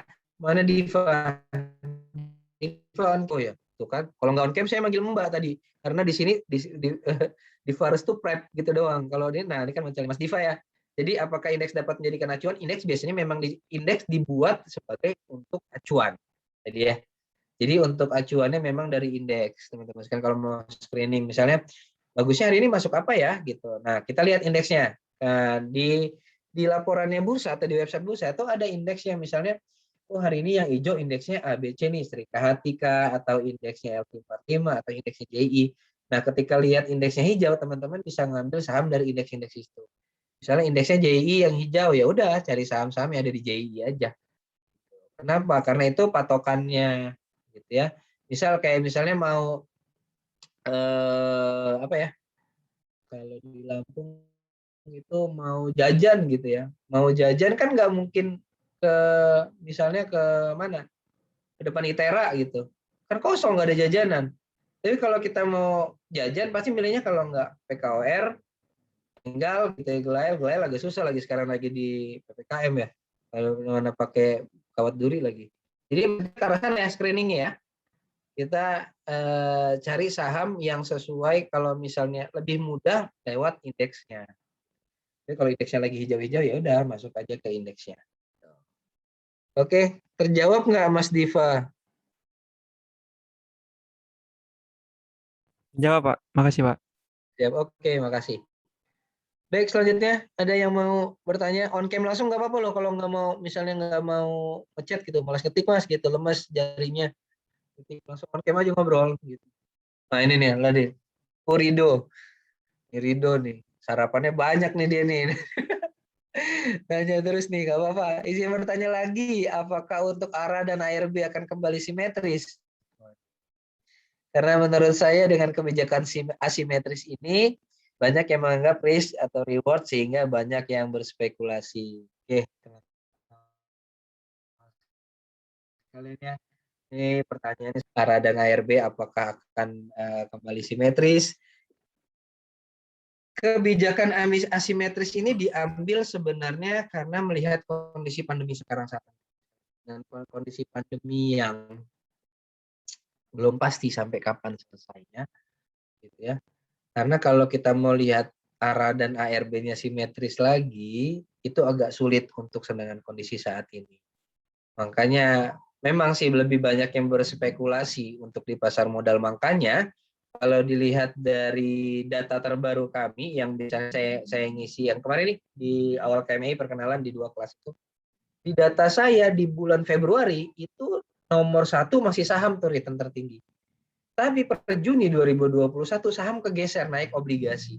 Kenapa? Karena tadi dengan pasar benar-benar banyak investor yang mengandalkan spekulannya. Gitu loh, dengan kondisi seperti ini gitu ya. Spekulannya karena mau dicari simetrisnya kadang nggak ketemu. Contoh deh kemarin gitu ya waktu awal-awal akhir-akhir 2020 siapa yang gila-gila sama sahamnya BRIS? Ya, semua mainnya BRIS Antam gitu. Ketika dia nganggepin oke deh nggak usah jauh-jauh. Buka deh yang kemarin baru launching Bukalapak tuh ya. Ridho udah ketawa lagi si Ridho nih. Udah di bawah harga IPO sekarang, Pak. Saya ketawa ngelihat Bukalapak itu karena teman-teman langsung pada Turun ya, turun apa naik? Turun. Aduh, nangis dong. Kasusnya kayak saham Padahal. film gitu, saham film gitu ya. Ini ngaruhnya ARA dan ARB. Kalau teman-teman ngacu ke ARA dan ARB, kalian ini gimana Bukalapak? Bagus kata saya. Kenapa? Karena mau IPO. Menjawab sebagai orang bursa dong. Saya nggak bisa menjawab, oh ya udah beli aja. Nanti saya masuknya rekomendasi, saya kena kode etik, nggak boleh. Ini kenapa Bukalapak? Bagus karena perusahaan digital mau masuk ke pasar. Oke. 1 hari pertama, nggak usah 1 hari deh, 6 menit pertama setelah IPO, teman-teman pada ngucapin selamat. Wih, keren nih Bukalapak. 2 kali. Ya. Terus saya cuman, ya, tapi hati-hati. Saya udah ngomong kayak gitu. Kenapa? Ini penyakit IPO gitu. Penyakit IPO, nggak usah bukan masalah IPO aja deh, di Lampung deh. Kafe baru buka, gimana ramenya? Ya enggak, sampai semua papan bunga ada di jalan untuk ngucapin selamat. 3 hari kemudian sepi itu, yang ngumpul cuma orang-orang yang ngambilin papan bunganya. Kenapa? Ya itu yang terjadi, ya nggak sih? ARA 2 kali, habis itu ARB, sampai di bawah dari harga IPO. Sakit loh teman-teman sekalian kalau misalnya sekali lagi kan makanya saya selalu bilang, jangan coba-coba dengan saham IPO. Kalau misalnya tensi darahnya belum stabil, terus jantungnya juga masih lemah, jangan coba-coba IPO. Saya sudah bilang gitu. Udahlah beli saham-saham yang memang harganya. Jantungnya Ridho. Mereka masih muda-muda, Mas Fahmi. Mereka masih belum jantungan kok. Si kuat dia. Kata siapa sekarang tuh banyak anak muda yang lompat dari apartemen gara-gara Alah. Masalahnya bukan karena sahamnya naik turun lebay, Bu. Masalahnya mereka ngambil keputusan terlalu singkat, pinjam online, pakai uang teman, mungkin ada yang pakai uang kuliah, gitu. Margin Lagi. Mau di for sale saham yang nggak cukup untuk bayar margin. Mau ngejual motor lagi pandemi gitu kan, kosan belum kebayar, udah bayar margin gitu. Mau pulang mau ngobrolin tentang saham Ridho nggak mungkin. dijagain tuh, Ridho jagain, jangan sampai terjun. ini sambil mantap, Bu. Jadi punya kamu portofolionya merah ya? Itu merah, Bu. Seminggu terakhir merah. Kan semua juga merah sekarang ini. Yang biru langka. Makanya sekarang cocok banget untuk metode belajarnya aja saat ini gitu ya. Saat ini pas banget ya untuk metode belajar teman-teman sekalian. Belajar tapi learning by doing ya, jangan cuma just materi.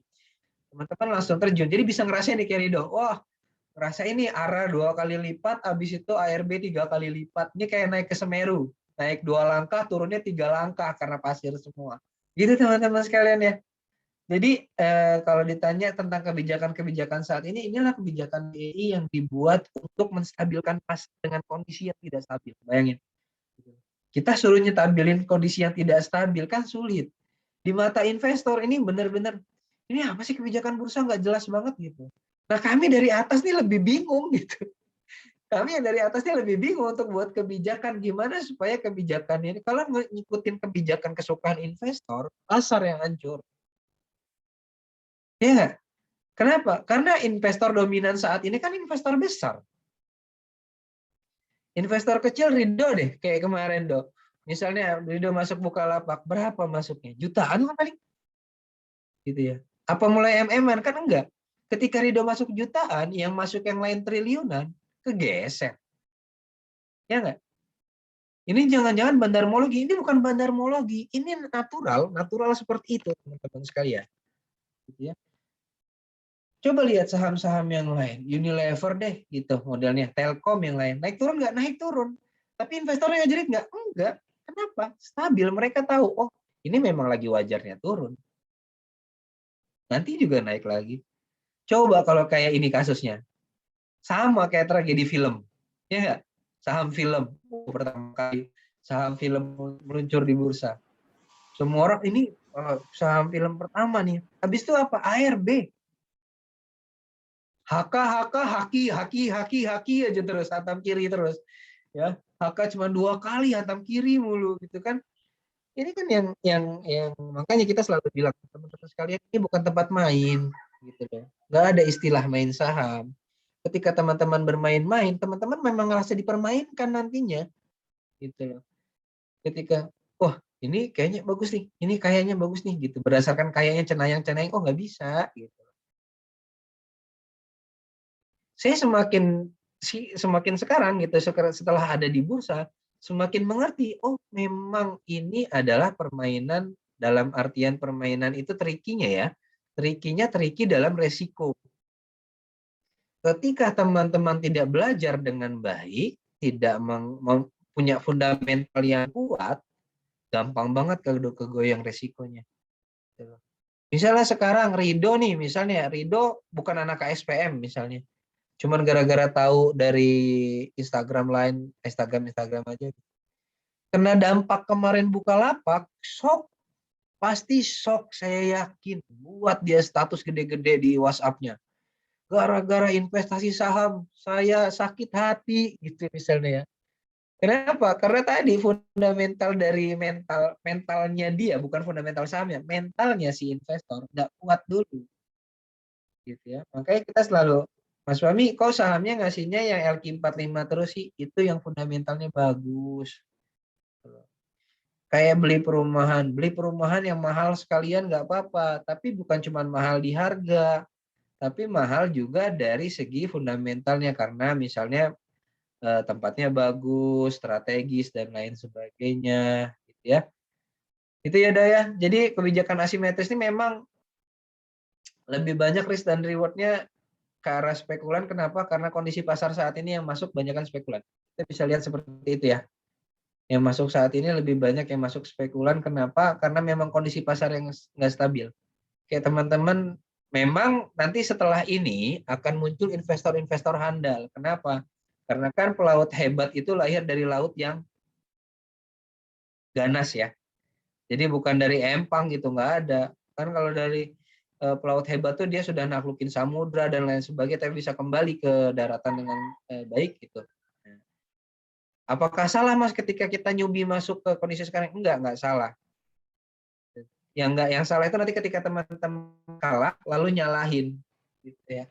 Padahal keputusan sendiri giliran minus nyalahinnya saya, nyalahin gara-gara Mas Fahmi ini ngajarin pasar modal ini ya gara-gara pasar modalnya, padahal enggak. Karena lagi banyak banget nih yang nyalahin bursa. Ini bursa apa-apaan sih? Udah lagi enak-enak arah tiba-tiba di ARB lah. Lah siapa yang ARB? Kan harga tergantung sama supply and demand dari teman-teman sekalian. Saya aja nggak investasi. Gitu. Gimana saya mau ikut ngegerakin harga pasar? Kita kan hanya pemantau teman-teman sekalian, gitu ya. Oke, ya terjawab ya. Terjawab Pak Dok?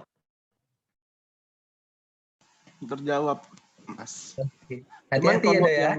yang saya baca di forum-forum investor retail gitu ya, nah Ah, itu tuh banyak yang nganggep ARB itu malah bukan saham-saham yang blue chip yang naik, malah saham-saham yang gorengan.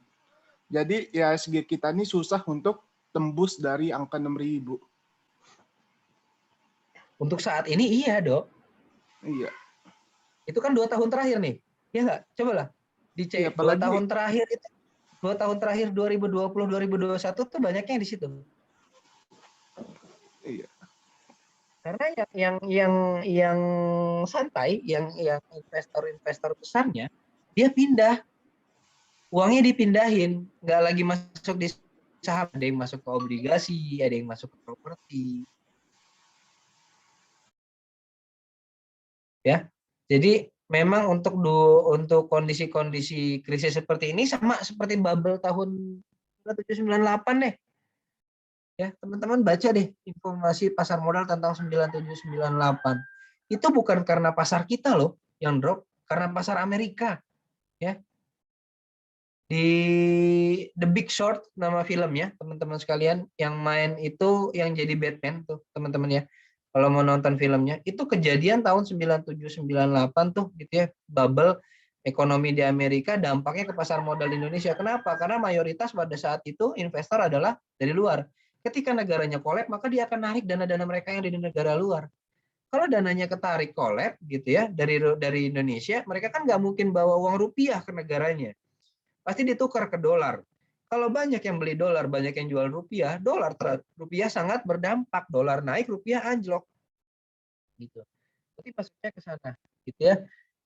Memang kalau main misalnya Ridho nih, pasti ngikutin apa namanya grup-grup WhatsApp atau Telegram di saham-saham retail ya.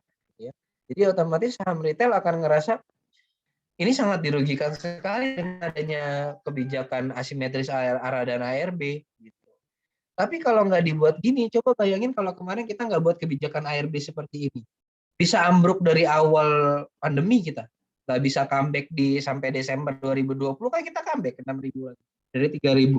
Iya nggak? Jadi kebijakan-kebijakan yang kita buat bukan kepada satu golongan tertentu, tapi kebijakan yang bursa buat untuk kestabilan seluruh pasar dan seluruh produk, gitu ya, teman-teman sekalian. Oke, gimana Dok? Enough? Enough. Oke, thank you Dok. Ya. Oke. Selanjutnya dari oh nih dilanjutin disautin sama Farhan nih, spekulan penuh dengan bubble stock.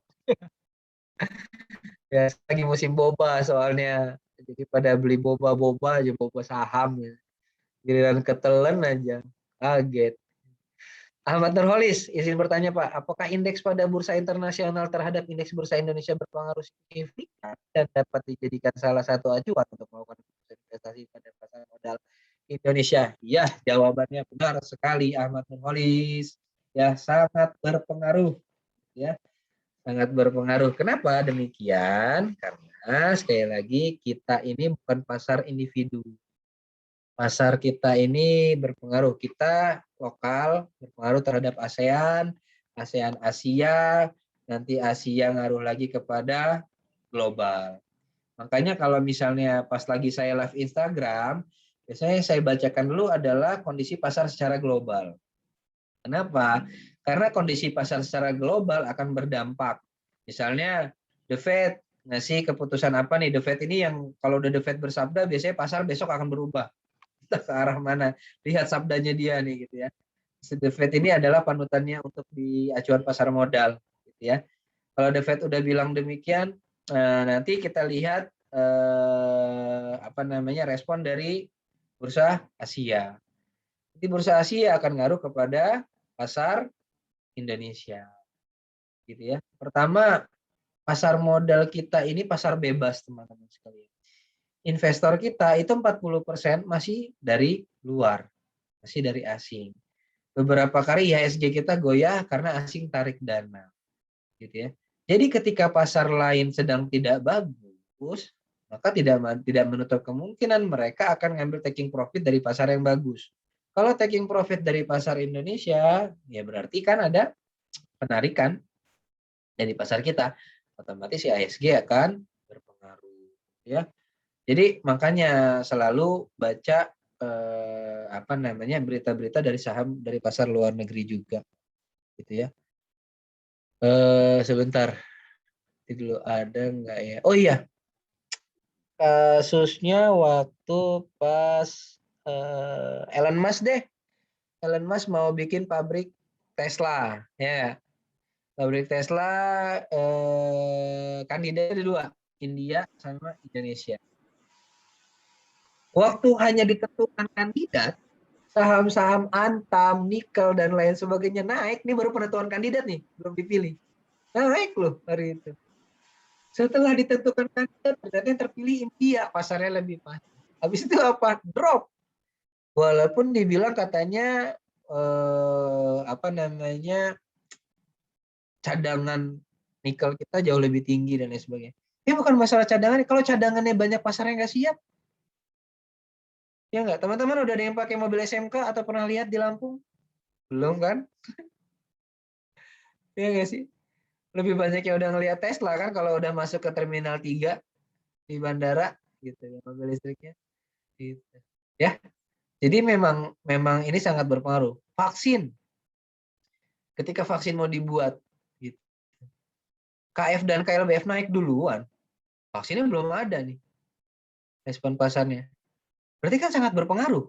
Ya nggak? Kayak tadi deh, waktu Qatar diputus gitu hubungan bilateralnya. Pasar minyak Indonesia yang kena dampaknya. Kenapa? Karena kan kita jualnya bukan cuman di dalam negeri, tapi jual ke luar negeri juga. Ini deh, perang dagang Amerika Serikat Cina, Indonesia kena nggak? Kena, Pak. Coba deh ke dapur, lihat piring, di bawahnya made in China, bukan? Ya, ya. Jadi kita juga masuk ke pasarnya gitu. Jadi sangat berpengaruh ya, indeks-indeks bursa Indonesia berpengaruh sangat signifikan terhadap indeks luar negeri gitu. Karena pasar kita masih belum sebesar pasar mereka. Satu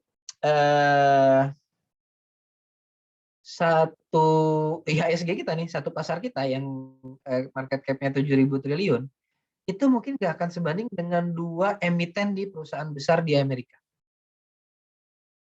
Ya, teman-teman sekalian. Gitu. Jadi ada sangat berpengaruh sekali ketika misalnya, apalagi kalau teman-teman yang nyoba pasar luar negeri. Gitu ya, misalnya beli saham di Malaysia deh atau Singapura. Gitu. Kalau enggak, mau coba-coba beli Apple atau Facebook ya, supaya biar kerasa. Emang ngaruh banget ya saham digital atau teknologi ketika di sana bergerak, Indonesia bergerak. Jadi kita ini sahamnya masih mengacu. Ridho, berarti bisa dibilang buy on rumor, sell on news. Ya, kan memang sekarang kondisinya seperti itu dong. Ya.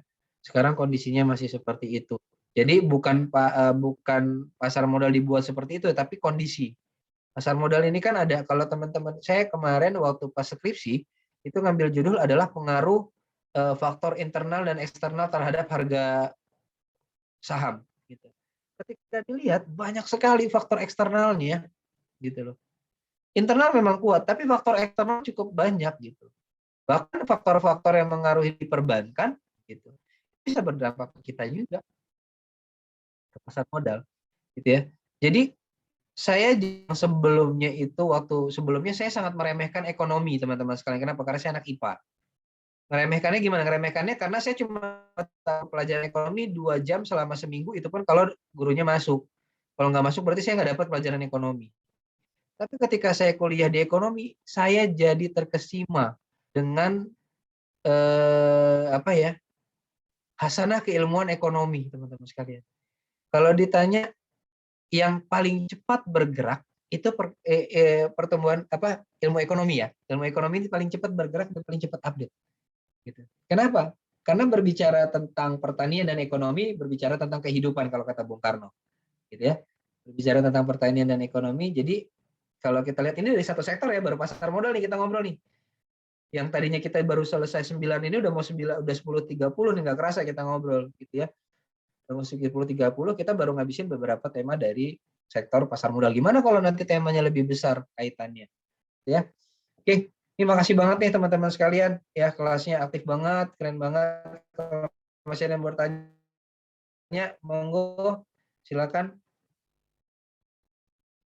Atau ada yang mau ditanya gitu. Misalnya, Mas Fahmi tanya saya dong gitu supaya saya ketahuan hasanah ilmu saya seperti apa gitu. Monggo nanti bisa ditanya ya. Oke, yang lain silakan.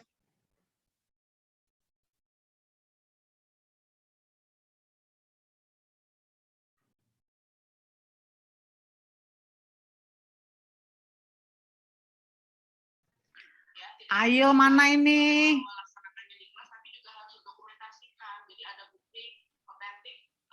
Ini saya stereo ini. Sama rapat di tempat lain. Ada rapat di fakultas. Double job ya, Bu. Iya gitu, paralel tiap hari kayak gini. Gimana lah? Gak apa-apa, Bu. Mudah-mudahan gajinya nanti paralel juga, Bu. Paralel juga. Yang Amin. repotnya tuh kalau kerjanya paralel gajinya single, Bu. Ini paralel terus gitu. Mana ini? Ayo. Kayaknya pertanyaannya cukup bagus-bagus ya. Udah pada mengenal bubble Expert stock. ini, Bu. Yang nanyanya udah Mengenal. expert semua. Udah pada Ini nggak tahu expert nanya, ini. nggak tahu ngetes saya ini, Bu. Pertanyaannya udah mereka ada daripada saya loh, Bu. Iya, jadi kalau kita mengajar itu mereka sudah browsing untuk pengetahuan pasar modalnya udah lebih canggih daripada kita. Iya. Gitu, makanya ya kita semangatin aja lah, kita jadi pendamping. Hanya mendamping meluruskan. Saya kalau udah mau ngisi kelas nih di ekonomi terutama ya, biasanya H-1, H-2 saya udah nyari referensi, Bu, karena pertanyaannya pasti di luar dari tema gitu. Jadi saya udah nyari, ini pasti pertanyaan di luar dari tema nih. Iya. Ini kan nggak ada di tema tadi kita ngobrolin ini. Iya memang benar. Tema-tema teknikal gitu. Anak-anak ini udah sekarang udah memanfaatkan teknologi ya, teknologi digital, transformasi digital dengan baik. Artinya ya kita patut syukuri ya, kita support karena mereka itu sudah menjalankan tugasnya sesuai dengan situasi lingkungan dan arahan dari para kementerian. Memang programnya seperti itu sekarang. Jadi untuk magang, untuk mengetahui tentang dunia luar, dan mereka kita lepas untuk melakukan pembelajaran nggak hanya di kampus, Pak Fahmi. Iya, jadi Bu. mereka memang kita lepas untuk mereka cari pengetahuan dengan magang di perusahaan, dengan magang di universitas lain, dengan magang di tempat manapun, sehingga pengetahuan mereka bisa jadi lebih tinggi daripada pengetahuan dari dosennya. Kalau dosennya itu nggak mau mencari tahu, gitu ya. Karena dosen lebih menguasai lebih bidang akademiknya ya, konsep gitu kan. Itu yang dikuasai dosen. Syukur-syukur kalau dosennya pernah punya pengalaman praktis. Kalau saya sih lumayan lah punya pengalaman praktis. Iya, jadi Bu, sering masuhunya ini. Masih lumayan punya pengalaman praktis, kemudian bukan hanya di sektor industri pasar modal, tapi ada pengalaman di tempat lain juga lah, lumayan gitu ya. Jadi ini yang bagi yang lain juga sekarang dosen wajib untuk bekerja di industri. Kalau dulu saya bekerja di industri diteriak-teriakin suruh pulang. Sekarang disuruh-suruh. Jadi silahkan dosen itu bekerja di luar. Kalau dulu saya diteriak-teriakin terus suruh pulang, disalah-salahin. Dianggap dosen yang murtad. Nggak taunya sekarang berubah. Dulu saya ya mencibir aja, enak bener kamu, katanya gitu lah. Sekarang rupanya berbalik, apa yang sudah saya lakukan sekarang diwajibkan. Gitu. Jadi mahasiswa ya, tolong ya, kalian ditargetkan begitu lulus, kalian bisa langsung mendapatkan pekerjaan bagi yang mau bekerja, atau kalian mau berwirausaha, kalau mau berwirausaha, atau mau investasi itu juga sekarang karir ya, profesi ya. Sebagai investor juga karir gitu ya. Jadi kalian misalnya nggak bekerja tetapi bermain saham, itu adalah pekerjaan Anda. Jadi jangan kira Anda itu sekarang belajar pasar modal itu, itu kan nanti bukan pekerjaan saya. Pekerjaan saya nanti yang lain. Enggak, Anda memilih sebagai investor di pasar modal, itu juga udah pilihan bahwa Anda akan bekerja di sana gitu. Jadi nggak masalah. Namanya anak saya aja sekarang nggak mau kerja, dia resign. Alasannya apa? Saya mau jadi pengusaha. Mama jangan larang-larang saya, orang saya mau jadi miliuner kok, cuman mau dijadikan jutawan. Jutawan itu maksudnya dapat gaji bulanan dari perusahaannya gitu, jutaan dapatnya cuman gitu. Jadi orang saya pengen jadi miliuner kok disuruh jadi jutawan, ya nggak mau lah, saya mendingan resign kata dia gitu. Jadi memang anak-anak sekarang udah seperti itu. Nah akhirnya anak saya bikin perusahaan sendiri secara online, semua dia urus secara online. Nanti usahanya dia udah ketemu lah mau ngapain gitu ya. Semuanya dia urus secara online. Alamatnya itu dia sudah punya apartemen, jadi kantornya di apartemennya dia. Jadi kerja itu dia udah begitu sekarang. Jadi di apartemennya itu tempat dia tidur, tempat dia masak, tempat kantornya dia. Namanya 6 dosen bukan nama anak Ibu, Bu. Apa? Gimana, Pak? Jangan yang ada di Pak aktor utamanya drakor lagi, Bu. Jadi saya suruh kuliah lagi masih ngomong nanti-nanti katanya gitu. Nggak mau juga. Aduh kata saya gitu, ini anak gimana ini. Ya sudahlah, saya dukung aja gitu. Ya, Nanti diarahin mahasiswa IQ aja, sekarang Bu. tuh kesempatan untuk bekerja itu sangat-sangat luas ya, nggak sempit kayak dulu tuh kayaknya kerjanya hanya kantoran PNS. gitu ya. Kalau dulu PNS, Iya, targetnya PNS. Iya. Iya, Bu, Jadi kayaknya sekarang kalau ini belum semakin PNS belum luas cocok ya jadi ini menantu ya dulu. kesempatan untuk kerjanya. Jadi semangat ya adik-adik ini, semangat adik-adik. Semangat. Adik saya Kalian- juga ya, pengalaman adik kandung saya itu dia sejak tamat dari kuliah S1-nya dia sempat bekerja di perusahaan, tapi itu sama kayak anak Bu Sri itu, dia nggak mau jadi jutawan kan, ujungnya dia resign. Itu ibu saya sampai nangis bombay dulu kan, kamu kenapa resign segala macam. Terus dia buka, karena dia memang di bidang IT, akhirnya dia buka perusahaan sendiri. Tadi ya Bu, sama seperti anaknya Bu Sri, adik saya buka perusahaan sendiri yang bergerak di bidang IT, dan alhamdulillah sampai sekarang ya kliennya luar biasa, kliennya dari luar negeri. Jadi dia kerjanya hidupnya tuh di malam hari. Karena kebanyakan kliennya di luar negeri, jadi mereka komunikasinya itu jamnya jam sana kan, jam luar ya. Jadi dia malam hari dia hidup, kalau kita berkunjung ke rumahnya pagi, siang tuh dia tidur. Jadi kalau kita lihat, kayaknya anak ini kayak gak kerja gitu ya, gitu. Tapi ternyata dia kerjanya malam gitu. Malam jadi siang, siang jadi malam. Karena itu tadi, karena kliennya banyak yang dari luar, jadi perbedaan waktunya tuh dia harus nyesuaikan seperti itu ya. Jadi ya adik-adik ini mahasiswa nih sekarang, alhamdulillah kesempatan kalian itu terbuka lebar ya. Jadi jangan mati akal gitu nantinya ya setelah lulus dari kuliah. Saya tambahkan lagi ya, itu tadi kemarin ketika anak saya memutuskan resign, dia resign baru bulan ini, tapi dia beberapa bulan yang lalu dia itu sudah menyiapkan perusahaannya udah dibuat. Saya kan nangis-nangis juga, kata saya gitulah, mama nyekolahin kamu tinggi-tinggi, kok kamu kayak gini gitu. Coba dong lihat mama sama papa, harapannya bagaimana, jangan kecewakan. Terus nanti kalau sekarang orang tua zaman sekarang tuh kalau punya anak gadis, didatengin cowok, pasti ditanya kerjanya di mana Dek, gitu kan? Ya, betul. Nah kalau belum kerjanya di mana Dek? Kalau kamu nggak bisa jawab pekerjaan kamu apa, kamu ditolak sama orang tuanya nanti. Gampang, yang penting aku punya duit banyak, kata dia gitu. Nggak harus kerja kayak gini. Kayak ini kan jadi kuli saya. Sekarang saya jadi kuli. Jadi ya begitulah. Saya kasih gambaran. Jadi kamu belum punya pasangan, belum ngelamar cewek, udah resign. Maksud saya kemarin kerjanya di pertambangan. Kan pertambangan tahu sendiri. gajinya kayak apa, kerjanya seperti apa. Orang kalau tanya, perempuan kalau didatengin orang tuanya nanya, kerjanya di mana, Dek? Di tambang batu bara gitu. Udah diem aja dia ngelosin anaknya. Dicuel-cuel anaknya. Wah, pokoknya anakku sejahtera nih kalau kawin sama dia gitu. Nah, akhirnya sekarang resign. Ya sudah, saya doakan aja. Jadi kalian ini ya mahasiswa, sekarang universitas itu perguruan tinggi menyediakan akses kalian untuk berhubungan dengan pihak luar seluas-luasnya. Jadi dengan industri, dengan kemanapun itu Dikti sudah memutuskan untuk kalian aktif, ada program-program yang bisa kalian lewati dan boleh belajar di mana saja. Jadi kalau kalian hanya memilih belajar di kampus, nggak pernah keluar, ya kalian nanti kayak katak dalam tempurung, begitu keluar nggak tahu apa-apa.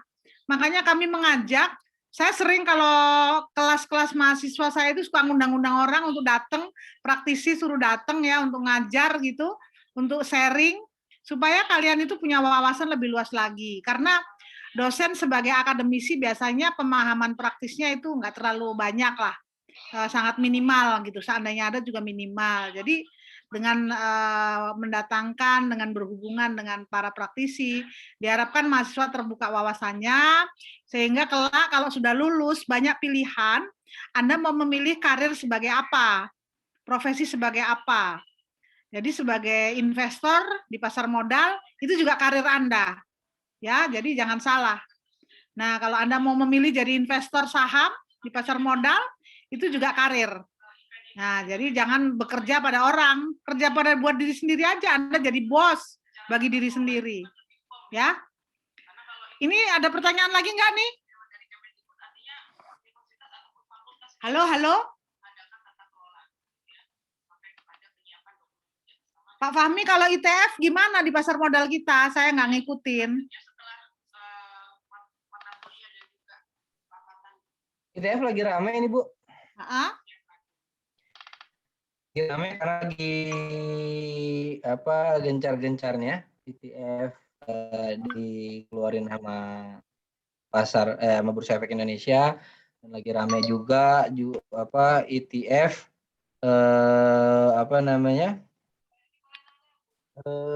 di pasar luar negeri. Di pasar luar negeri lagi rame-ramenya, terutama ETF-nya kita ya Bu. ETF kita ini lebih banyak dilirik luar negeri. Kenapa? Karena beragam. ETF-nya lagi rame banget.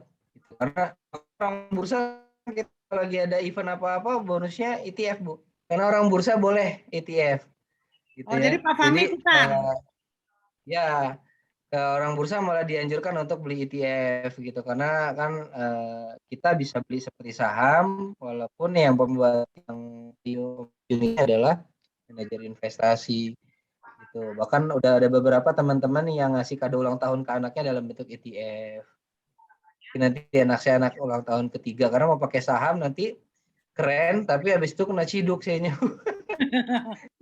Paling pakai reksadana atau IF doang bisanya gitu. Sekarang lagi rame-ramenya ETF. Kenapa sih banyak ETF? Karena diversifikasi kalau saya mau ya. Harganya murah di bawah 100.000, tapi sekali beli bisa dapat 6-7 perusahaan dalam satu unit gitu. Iya. Nah, sekarang kalau Cuma bedanya kan bukan kepemilikan kitanya. Jadi kita yang jual belinya lebih ke indeksnya. Beda kalau saham kan kepemilikan satu iya, satu perusahaannya. Kalau ETF kan lebih ke indeksnya aja gitu. Karena sekarang ini tingkat suku bunga juga rendah. Kemudian pasar modal juga lagi decline. Jadi ya satu-satunya pilihan di ETF ya Pak ya, sama reksadana ya? Bukan satu-satunya pilihan sih, sebenarnya lebih banyak ke obligasi dan ETF. Oh gitu ya, reksadana juga ya?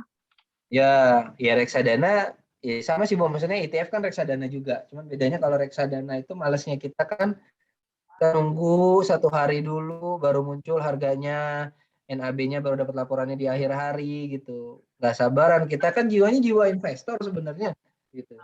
Tapi karena nggak boleh investasi di saham, ya udah ETF lah pilihannya gitu. Kita belinya reksadana tapi transaksinya sama kayak saham. Oh, jadi yang mengisi ETF itu sama ya, perusahaan reksadana ya Pak? Ya, manajer investasi. Manajer investasi. Iya, underlying-nya nanti dealer partisipan. Oh. Apa underline-nya? Dealer partisipan. Nilai partisipan. Dealer. Oh, dealernya. Partisipannya. Nanti ada mereka yang ngebentuk tuh. Karena kan dari indeks. Nanti unit-unitnya yang ngebuat tetap dari manajer investasi bekerja sama dengan dealer partisipan. Iya. Jadi itu mahasiswa ya. Sekarang udah banyak pilihan produk-produk yang bisa dipilih. Dalam situasi seperti sekarang, kira-kira kalian bisa memilih instrumen apa yang bisa diambil gitu ya. Kalau dalam situasi lagi booming, itu biasanya instrumen apa yang mesti dipilih. Kan itu merupakan suatu kompetensi dari seorang investor kapan masuk dan kapan keluar untuk suatu instrumen tertentu. Jadi walaupun dalam kondisi lesu, dalam kondisi COVID seperti sekarang, dalam kondisi krisis misalnya, itu ada produk-produk atau instrumen yang memang dia akan menguntungkan pada situasi seperti itu gitu loh. Ya. Nah, jadi itu tadi banyak tawaran-tawaran lah ya di pasar modal kita untuk dipilih. Nah, saya kira dengan kehadiran para praktisi, kemudian pelaku industri, maka mahasiswa bisa menentukan pilihan dan mesti banyak belajar dengan apa yang pernah dilakukan oleh pelaku industri ya, sama informasi dari instansi yang terkait. Nah, saya kira itu kali ya tambahan dari saya. Jadi tadi saya mengenai ITF itu masih sesuatu hal yang menurut saya ya baru, walaupun itu sudah nggak baru lagi. Cuman dengar-dengar gitu ya ada ITF gitu ya, perkembangannya seperti apa gitu ya. Ternyata memang itu suatu portofolio yang kita beli ya, dalam suatu bentuk portofolio yang bisa kita pilih. Baiklah, dari Fubiska ada tambahan nggak? Tidak ada, Ibu. Baik, jangan lupa absen di Fiklas ya, mahasiswa, jangan lupa absen di Fiklas, saya ingatkan lagi. Kalau sudah tidak ada pertanyaan, saya kira pertemuan kita dengan Pak Fahmi bisa kita akhiri, Pak Fahmi. Terima kasih. Karena ini sesi untuk KMMI, course untuk profesi dan etika pasar modal, itu Pak Fahmi hari ini sesi terakhir ya Pak ya. Iya Bu. Jadi untuk kedepannya praktisi yang akan masuk di kita adalah OJK. Ya. Jadi OJK nanti yang akan melanjutkan di sesi-sesi terakhir. Nah, sesi besok itu kami dari akademisi yang masuk, kemudian baru OJK. Nah, jadi saya ucapkan terima kasih pada Pak Fahmi, jangan bosan-bosan. Kalau kami minta bantuan, kalau kami minta sharingnya, saya kira banyak informasi yang baru terus setiap hari. Kalau kita sharingnya sekarang aja terus stop, nanti bahaya, karena informasi besok itu udah berubah ya. Besok itu udah berbeda informasinya. Jadi Bapak yang tadi Pak Fahmi sampaikan itu adalah informasi hari ini sampai yang lalu gitu, sama yang lalu. Jadi informasi besok pasti baru lagi. Kita undang Pak Fahmi besok pasti lain lagi yang diomongin. Ya. Jadi saya kira memang tugasnya Pak Fahmi ya di Bursa Efek untuk memasarkan pasar modal. Tugasnya saya udah dulu, udah lama. Sekarang saya Bapak masuk-masuk ke universitas. Kalau saya dulu masuk-masuk ke instansi yang punya duit banyak.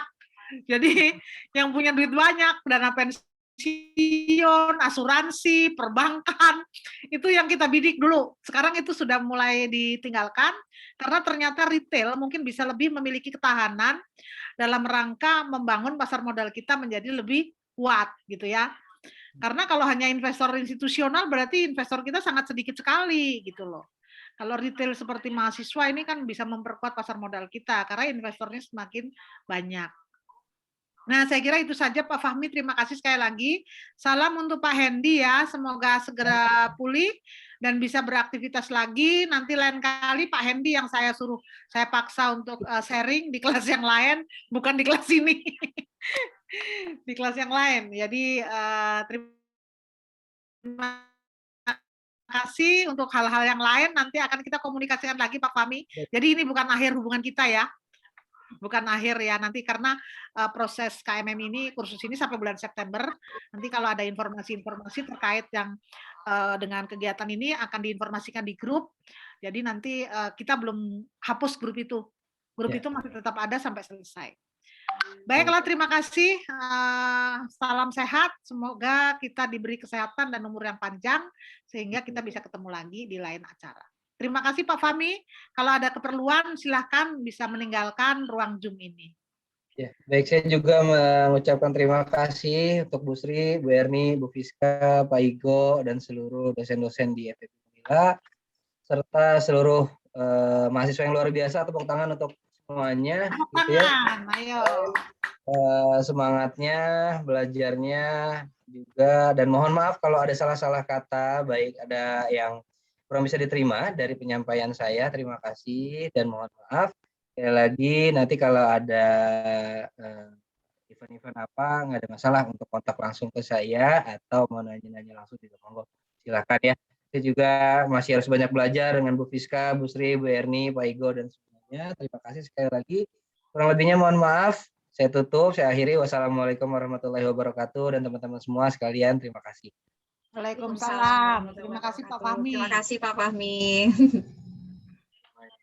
Saya izin live duluan ya, Bu. Ya, Ya. silakan Pak. Terima kasih. Terima kasih Pak. Oke, untuk mahasiswa, saya ingatkan lagi ya, jangan live dulu. Jangan live dulu. Jangan lupa absen.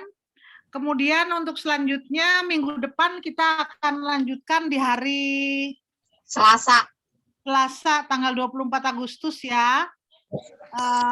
Nanti ada apa namanya di supervisory oleh dosen-dosen kita.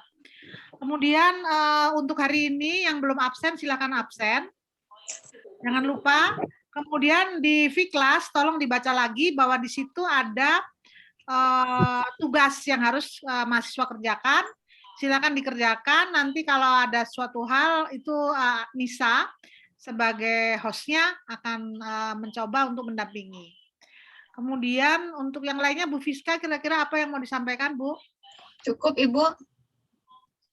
Baiklah, terima kasih. Kalau cukup kita akhiri pertemuan kita lewat Zoom meeting ini sampai sekarang ya. Dan mahasiswa bisa melanjutkan aktivitasnya di ruang V-Class. Baiklah, terima kasih. Sampai jumpa hari Selasa depan. Terima kasih Bu Sri, terima kasih adik-adik semua ya. Tetap sehat semuanya. Oke, kita live ya.